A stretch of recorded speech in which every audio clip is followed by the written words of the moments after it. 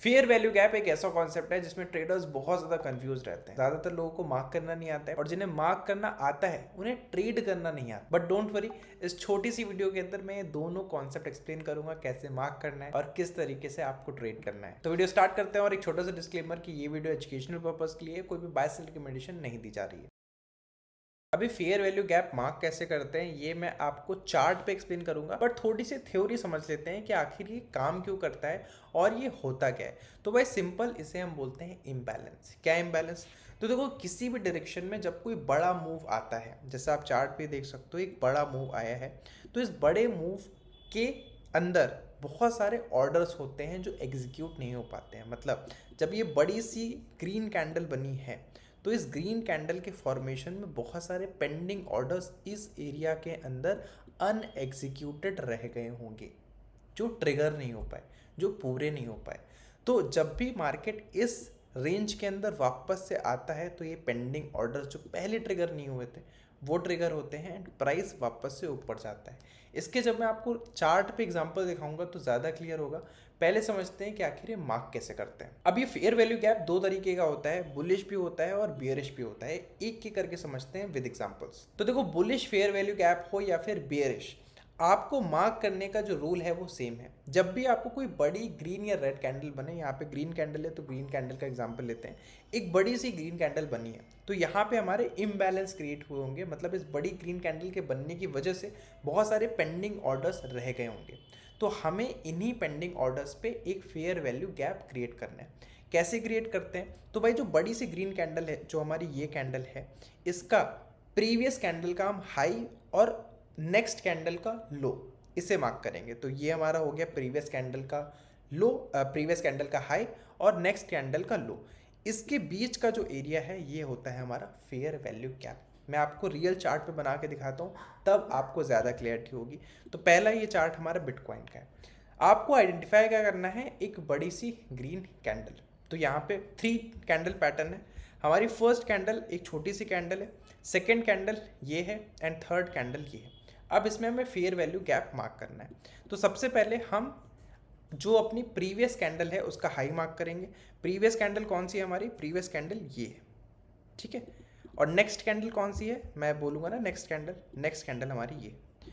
Rule क्या बोलता है कि भाई जो प्रीवियस कैंडल है उसका हाई मार्क कर लो। तो प्रीवियस कैंडल का एक बार हम हाई मार्क करते हैं।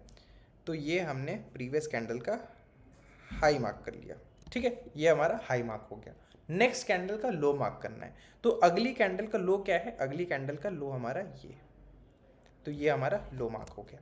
अब ये जो एरिया बना है, this is fair value gap.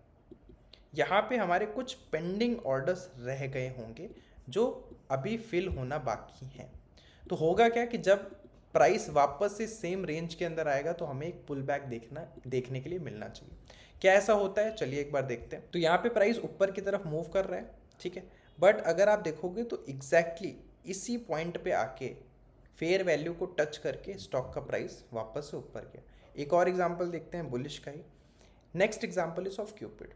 आपको जब भी फेयर वैल्यू गैप मार्क करना हो ना, आपको बस चार्ट में बड़ी कैंडल्स देखनी है। बड़ी कैंडल्स, क्योंकि बड़ी कैंडल्स में ही फेयर वैल्यू गैप आता है, वहीं पे इम्बैलेंस क्रिएट होता है। तो बड़ी कैंडल्स कैसे मार्क करनी है? जैसे आपके सामने किस तरीके की बड़ी कैंडल्स हैं? एक ये हमारे सामने बड़ी कैंडल है, एक ये हमारे सामने बड़ी कैंडल है, एक ये हमारी बड़ी कैंडल है। तो इस तरीके की कैंडल्स में क्या है? एक इम्बैलेंस क्रिएट हो रहा है। तो यहाँ पे हमारे सामने एक बड़ी कैंडल है ग्रीन कलर की। अब यहाँ पे हम फेयर वैल्यू गैप मार्क करते हैं। इस कैंडल के अंदर 100% एक इम्बैलेंस क्रिएट हुआ है। 4 घंटे की कैंडल है, बहुत सारे ऑर्डर्स पेंडिंग रह गए होंगे। कैसे मार्क करते हैं? प्रीवियस कैंडल जो हमारी ये है और नेक्स्ट कैंडल जो हमारी ये है, इसका हम हाई और लो मार्क करेंगे। तो हाई मार्क करते हैं सबसे पहले, या लो मार्क कर लेते हैं पहले। तो ये हमने एक लो मार्क कर दिया, सॉरी प्रीवियस कैंडल का हाई मार्क कर दिया। ये पिछली कैंडल है, इसका हाई जो विक है वो हाई होता है। एंड जो नेक्स्ट कैंडल है इसका लो, तो इसका लो कहाँ पे? ये हमारा नेक्स्ट कैंडल का लो मार्क हो गया। और ये जो बीच का एरिया है इसे हम बोलते हैं फेयर वैल्यू गैप। इसे हम एक रेक्टेंगल से बना सकते हैं ताकि हमें ज़्यादा क्लैरिटी हो। और ये जो लाइंस हैं इन्हें मैं हटा देता हूँ। तो ये हमारा बन चुका है FVG। अब इस एरिया पे हमारे पेंडिंग ऑर्डर्स हैं। तो जब प्राइस वापस इस रेंज के अंदर आएगा तो हमें एक रिवर्सल दिखना चाहिए या फिर एक सपोर्ट की तरह एक्ट करेगा फेयर वैल्यू गैप। तो क्या ऐसा होता है, चलिए देखते हैं। तो प्राइस अगर हम देखें तो यहाँ पे भी फेयर वैल्यू गैप पे आया और वापस से ऊपर गया, ठीक है। बट क्या लॉन्ग टर्म में ये सस्टेन होता है?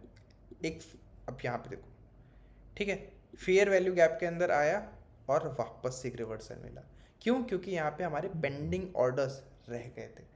तो इस तरीके से हमें फेयर वैल्यू गैप को ट्रेड करना होता है। ये तो हो गया हमारा बुलिश। अब हम चलते हैं बेरिश, क्योंकि दोनों साइड के ही होते हैं बट रूल सेम है। बेरिश के अंदर भी कैसे होगा, जब कोई बड़ी सी रेड कैंडल बने तो उसकी जो प्रीवियस कैंडल है उसका लो मार्क करेंगे, नेक्स्ट कैंडल का हाई मार्क करेंगे। यहाँ पे सेम रहे, प्रीवियस कैंडल का लो, नेक्स्ट कैंडल का हाई। इसके कुछ एग्जांपल्स देखते हैं। तो पहला एग्जांपल है गाइस रिलायंस का। रिलायंस पे अगर आप देखोगे बड़ी ग्रीन जो बड़ी कैंडल है ना, लंबी, क्योंकि इम्बैलेंस छोटी कैंडल में क्रिएट नहीं होता है, बड़ी कैंडल में होता है। अगर कोई 5 मिनट की बहुत बड़ी कैंडल बनती है, मतलब उसमें रैपिड मूवमेंट आया है जिसकी वजह से पेंडिंग ऑर्डर्स रह गए होंगे। तो यहाँ पे एक बड़ी सी रेड कैंडल बनी है, कैसे मार्क करेंगे? जो फर्स्ट कैंडल है, प्रीवियस कैंडल, इसका लो और नेक्स्ट कैंडल का हाई, मतलब ये हमारा एक फेयर वैल्यू गैप यहाँ पे क्रिएट हो गया। इसे हम यहाँ पे टेक्स्ट भी मेंशन कर देते हैं, दिस इज FVG। वापस से जब इस प्राइस पे स्टॉक आएगा तो रेजिस्टेंस फेस करेगा इस बार, ठीक है। अब ऐसा नहीं है कि यहाँ पे आने के बाद ऐसे प्राइस चला जाएगा, नहीं, इसको टच करके वापस से नीचे आएगा। क्यों? क्योंकि ये बेरिश फेयर वैल्यू गैप है। बुलिश और बेरिश दो तरीके का होता है। क्या ऐसा होता है, चलिए एक बार इसको हम देख लेते हैं। तो प्राइस फेयर वैल्यू गैप से नीचे आ रहा है, ठीक है, और फिर अगर आप देखोगे फेयर वैल्यू गैप में आया और उसके बाद फिर से स्टॉक ने अपना डाउन ट्रेंड कंटिन्यू करा। तो इस तरीके से फेयर वैल्यू गैप एक रेजिस्टेंस की तरह एक्ट करता है। इस एरिया में आया और वापस से नीचे गया। एक और एग्जांपल देखते हैं बेयरिश साइड का ही, HDFC बैंक। HDFC बैंक के अंदर ये बहुत बड़ी रेड कैंडल बनी है, मतलब यहाँ पे इम्बैलेंस क्रिएट हुआ है। तो हम सिंपली एक फेयर वैल्यू गैप क्रिएट करेंगे और इसको एक बार मार्किंग भी दे देते हैं, FVG। अब जब इस फेयर वैल्यू गैप में वापस से प्राइस आएगा तो this FVG will act as a resistance, और ऐसा होता भी है, आप देखो, ठीक है। टच करने के बाद प्राइस वापस से नीचे आया, अपना जो डाउन ट्रेंड था वो स्टॉक ने कंटिन्यू रखा। तो ये इंपॉर्टेंस होती है फेयर वैल्यू गैप की, क्योंकि यहाँ पे कुछ पेंडिंग ऑर्डर्स रह गए थे। ये अपने जो पेंडिंग ऑर्डर्स थे उन्हें कंप्लीट करा एंड उसके बाद फिर अपना डाउन ट्रेंड कंटिन्यू रखा। तो ये था हमारा फेयर वैल्यू गैप। अब फेयर वैल्यू गैप को ट्रेड करने की बहुत सारी स्ट्रैटेजीज होती हैं जो हम समझेंगे किसी और वीडियो में। बट अभी के लिए वीडियो को लाइक कर दीजिएगा, चैनल को सब्सक्राइब कर लीजिएगा और टेलीग्राम चैनल ज्वाइन कर लेना, लिंक डिस्क्रिप्शन में।